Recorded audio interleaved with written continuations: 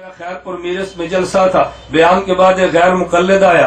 गैर मुकल्लिद कह दो, अहले हदीस कह लो, वहाबी कह लो, मजहब कह लो, जो भी लफ्ज कह लो। वो आया तो मुझे वो कहने लगा कि मौलाना साहब आप बताओ इमाम की तकलीद वाजिब है? मैंने कहा बिल्कुल वाजिब है। कहते तकलीद न करो। मैंने कहा गुनाह होता है। तो मुझे कहता है इमाम अबू हनीफा किसके मुकल्लिद है? मैंने कहा किसी के भी नहीं है। कहता फिर वो गुनाहगार नहीं है। मैंने कहा मुकल्लिद भी नहीं, गुनाहगार भी नहीं है। मुझे कहता है जी क्यों? मैंने कहा एक बात मैं पूछता हूँ, तू बता हर इंसान पे नबी का कलमा पढ़ना फर्ज है? कहता है जी हाँ। मैंने कहा ये बता, नबी पाक सल्लल्लाहु अलैहि वसल्लम इंसान कामिल है, इनने किस नबी का कलमा पढ़ा? कहता है जी वो तो खुद नबी है, किसी और का कलमा क्यों पढ़ेंगे? मैंने कहा अच्छा ये बता बाजमात नमाज पढ़ना? कहता है जी बिल्कुल जरूरी है। मैंने कहा बाजमात नमाज का माना क्या है? कहता है चंद लोग इमाम के पीछे खड़े होकर नमाज पढ़े। मैंने कहा फिर तुम अहले हदीस बाजमात पढ़ते हो, तुम्हारा मौलवी बेजमात पढ़ता है क्योंकि तुम तो इमाम के पीछे हो। वो किस इमाम के पीछे है?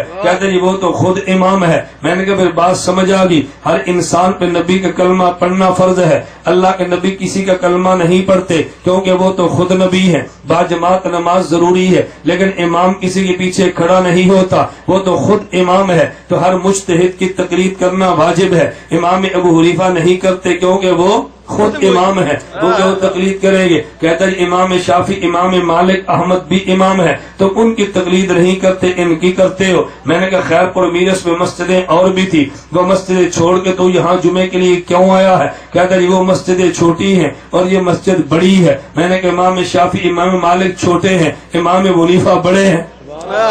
मुझे कहने लगा जी आप दलील नहीं देते, मिसाल देते हैं। मैंने कहा तेरा मौलवी आएगा तो दलील दूंगा, तो जैसा जाहिल आएगा तो मिसाल दूंगा। मौलवी को दलील देते हैं, आपको नहीं कहता। मौलवी को दलील देते हैं और गैर मौलवी को मिसाल देते हैं। किसको? गैर मौलवी को। जाहिल कहूंगा तुमने रूठ जाना ना, हम जाहिल कहते हैं भाई उलमा को दलील देते हैं और गैर उलमा को मिसाल देते हैं।